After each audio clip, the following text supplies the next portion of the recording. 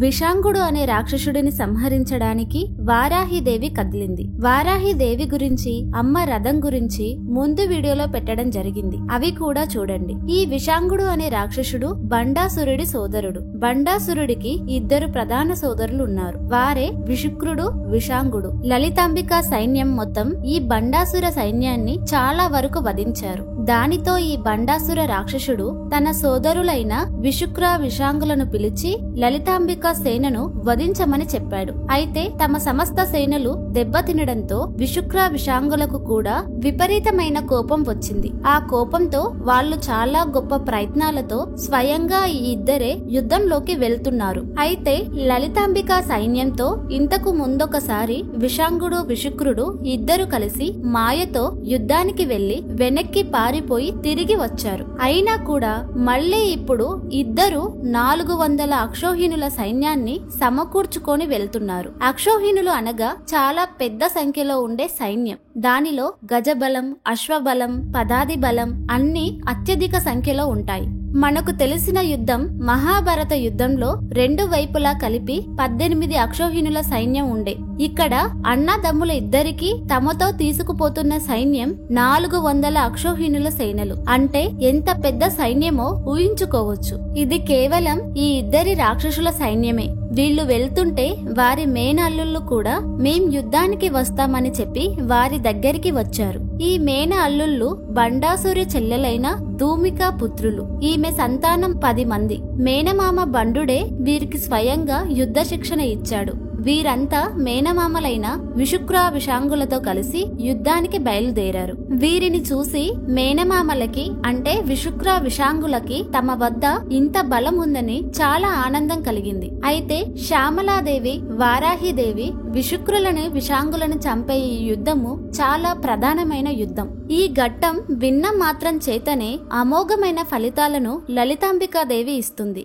ఎప్పుడైతే విషాంగ, విశుక్రులు యుద్ధానికి వస్తున్నారని తెలిసిందో శ్యామలాదేవి, వారాహి దేవతలు యుద్ధానికి సిద్ధమయ్యారు. వారాహిదేవి కిరుచక్రమెక్కి, శ్యామలాదేవి గేయ చక్రమెక్కి యుద్ధానికి బయలుదేరి వెళ్తుంటే వారిరువురి రథాలపై తెల్లని గొడుగులు వేలాడుతున్నాయి. అది చూసి అప్సరసులు మొదలైన వారంతా ఆ తల్లులకి చామరాలు వేస్తూ గానాలతో, నాట్యాలతో విజయ సంకేతంగా జయ జయ ధ్వానాలు పలుకుతుండగా లలితాదేవి యొక్క ఆజ్ఞ చేత వారిరువురు బయలుదేరుతూ ముందుగా భయంకరమైన అస్త్రాలు ధరించిన 100 అక్షోహిణుల శక్తిసేనను లలితాంబిక శ్రీచక్రానికి రక్షణగా పెట్టి శ్యామల, వారాహి దేవతలు యుద్ధానికి బయలుదేరిన వర్ణనను హయగ్రీవ స్వామి అగస్త్య మహర్షికి వర్ణించి చెప్పారు.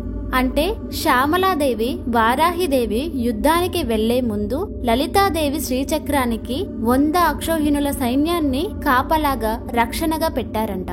హయగ్రీవ స్వామి అగస్త్య మహర్షికిచ్చిన వర్ణన ప్రకారంగా ఈ యుద్ధంలో ముందుగా వారాహిదేవి రథం కదిలిందంట.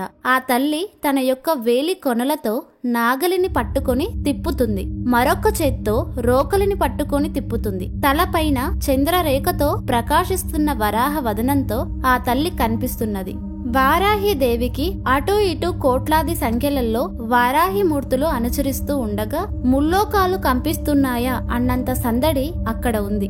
వారంతా ఒకే రకమైన పౌరుషాన్ని చూపిస్తూ మహోత్సాహంగా యుద్ధాన్ని ప్రకటిస్తూ వెళ్తున్నారు.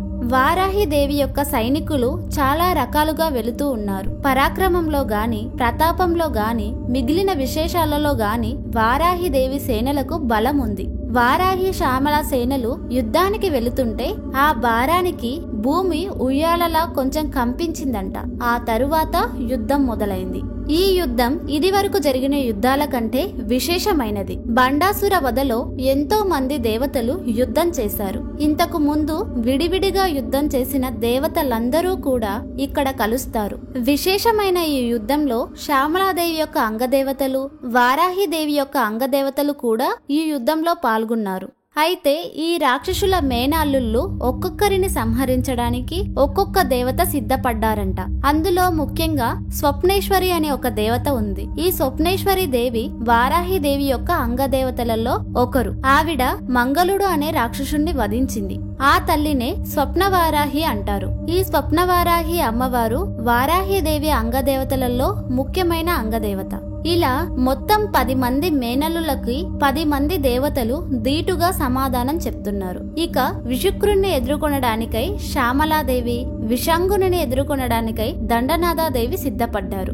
ఎప్పుడైతే ఈ విధంగా వారాహిదేవి అంగదేవతలు అలాగే శ్యామలాదేవి అంగదేవతలు ఇంతమంది శక్తులతో విజృంభించాయో ఇక రాక్షసుల అక్షోహిణుల సేనలన్నీ క్రమక్రమంగా తరిగిపోవడం మొదలుపెట్టాయి.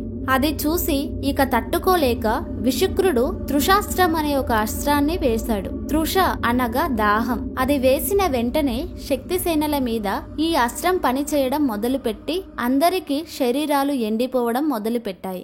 ఆ వేడికి దాహం పుడుతుంది. నాలిక ఎండిపోయి నోట మాట రావడం లేదు. శరీరమంతా ఎండిపోవడం వల్ల కదలడానికి శక్తి లేదు. దాహం, నీరసం అందరిలో నిండిపోయాయి. అమ్మవారి శక్తి సేనలన్నిటికీ దవడలు, నోరు ఎండిపోయి ఇంద్రియాలన్నీ అల్లకల్లోలమవుతున్నాయి. రాక్షస సేనలు అన్నీ విజృంభిస్తున్నాయి. ఆ సమయంలో ఏం చెయ్యాలా అని దండిని, శ్యామలాలు ఆలోచిస్తుండగా శ్యామలాదేవి వారాహిదేవితో ఇలా అంటుంది. చూడు పౌత్రిని అంటే వారాహిదేవి, ఓ సఖి చూసావా ఆ దుష్టుడు వేసిన తృషాస్త్రం ఎలా పనిచేస్తుందో? మన సేనలన్నిటినీ శిథిలం చేస్తుంది. వాళ్ళు నాలుకలు, నోళ్లు ఎండిపోయాయి. మన సేన వారి ఆయుధాలను కూడా వాళ్ళు పట్టుకోలేకపోతున్నారు. కాబట్టి నీ రథ పర్వంలో చివర ఉన్న సుర సముద్రానికి ఆదిదేవత ఒక ఆయన ఉన్నారు. ఆయనకి కాస్త పని అప్పగించు అని శ్యామలాదేవి వారాహిదేవితో అంటుంది. వారాహిదేవి రథం కిరిచక్రానికి మొత్తం 5 ఆవరణాలు. దీని వివరణ మన ఛానల్లో ఉంది, అది కూడా చూడండి. 5వ ఆవరణలో చివర ఉన్న దేవత సురసింధు దేవత. ఈయన ఒక రకమైన మధుర పదార్థాన్ని సిద్ధంగా ఉంచుకున్నాడు. ఈయన సుర సముద్రానికి ఆది దేవత. అయితే యుద్ధంలో ఈ శక్తి సేనలన్నిటి యొక్క దాహార్తి పోయేటట్టుగా వాడిని ఆజ్ఞాపించు అని వారాహిదేవితో శ్యామలాదేవి చెప్పింది. అయితే అమ్మవారి శక్తి సేనలు మామూలుగా నీటిని గ్లాసులో పోసి ఇస్తే వాళ్ళ దాహం తీరదు. వీరి దాహం తీరాలంటే ఖచ్చితంగా సముద్రం కావాల్సిందే. అంటే ఆ తృషాస్త్రం యొక్క వేడి అంతటిదన్నమాట. అందుకోసం క్షీణిస్తున్న ఉత్సాహాన్ని తిరిగి మామూలు చేయగలిగేదే సురా సముద్ర దేవత ఇచ్చే ఆ ద్రవ లక్షణం. ఈ రోజుల్లో ఉత్సాహం కోసమని ఏవేవో ద్రవ్యాలు త్రాగుతూ ఉంటారు. అలాంటిదని మాత్రం ఇక్కడ అనుకోవద్దు. ఇది ఒక దివ్యమైన దేవతా జలం కాబట్టి శ్యామలాదేవి సుధాసింధు దేవతను ఆజ్ఞాపించమని చెప్పగానే అప్పుడు సేనలకి ఆజ్ఞ ఇచ్చే శక్తి కలిగిన వారాహిదేవి సుధాసింధు దేవతను పిలిచి అతడిని ఆజ్ఞాపించింది. అప్పుడు అవి ఏదో నీరు పడినట్టు పడడం కాకుండా ఏనుగుల తొండాల వంటి దారాలతో శక్తి సేనలపై పడుతుంది. ఇలా పడుతున్నప్పుడు వారు తడిసిపోవడమే కాక నోరు బాగా తెరిచి కడుపు నిండా త్రాగుతున్నారు. శక్తి సేనలు, అసురు సేనలు కలిసి యుద్ధం చేస్తున్నారు కనుక ఈ సుధాసింధు దారలు అసురుల మీద కూడా పడే అవకాశం ఉందని గమనించి శ్యామలాదేవి వెంటనే తన ధనుసు నుంచి అపూర్వమైన బాణాన్ని వేసింది. ఈ బాణాలు తన సేనల మీద మాత్రమే సురాధార పడేటట్టుగా చేస్తూ రాక్షసుల మీద ఈ దార పడకుండా కప్పేసేటట్టు వేసింది. ఆవిడ శ్యామలాదేవి కనుకనే అలా వేయగలిగింది. ఈ విచిత్రమైన కర్మ చూసి శక్తి సేనలు ఆశ్చర్యపోతూ ఉన్నాయి. అసురులు నీరసపడే స్థితి వచ్చింది. ఎప్పుడైతే ఈ సురాధార పడిందో వెంటనే శక్తి సేనలన్నీ మహోత్సాహంగా లేచాయి. వారి దాహార్తి మొత్తం తొలగిపోయింది. ఈ సురాధారకి ఉన్న లక్షణాలు యుద్ధంలో ఆయుధాలు తగలడం వల్ల కలిగిన నొప్పులు, గాయాలు మానుపుతుంది. విరిగిన ఎముకల మీద ఈ సురాసింధువు పడితే బాగుపడుతున్నాయి. ఎంతసేపు యుద్ధం చేసినా శ్రమ లేకుండా చేస్తున్నాయి. ఈ సుధాధార అతి చల్లగా కాకుండా అతి వేడిగా కాకుండా సమస్థాయిగా ఎలా ఉండాలో అలాగే ఉంది. ఆ దారకి విజయం కలిగించే లక్షణం కూడా ఉంది. ఇవి ఒక జాము కాలం కురుస్తూనే ఉంది. జాము అంటే 4 గంటలు. అలా 4 గంటల పాటు దారాలు పడడం చూసి ఈ సురా సముద్రుడు తన పని బాగా జరిగిందని తృప్తి చెందిన ఈ సురా సముద్రుడు దాని గురించి చెప్పడానికి వారాహిదేవి దగ్గరికి వెళ్లి నమస్కారం చేసి, ఓ దండమండల నాయకే మహారాణి, ఒక్కసారి చూడమ్మా, నేను విసిరిన ఆ సుధాధార ప్రవాహంలో వారంతా తృప్తి పడ్డారు.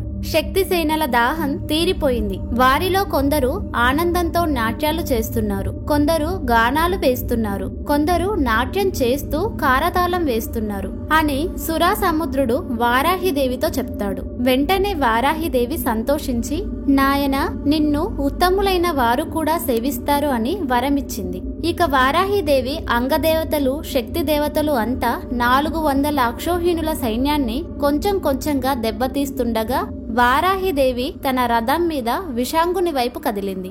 దండనాదాదేవి రోకలి, నాగలి పట్టుకొని యుద్ధం చేస్తుంది. విషాంగుడు కాలదండంతో సమానమైన గదను తీసుకుని అమ్మ మీదికి వచ్చాడు.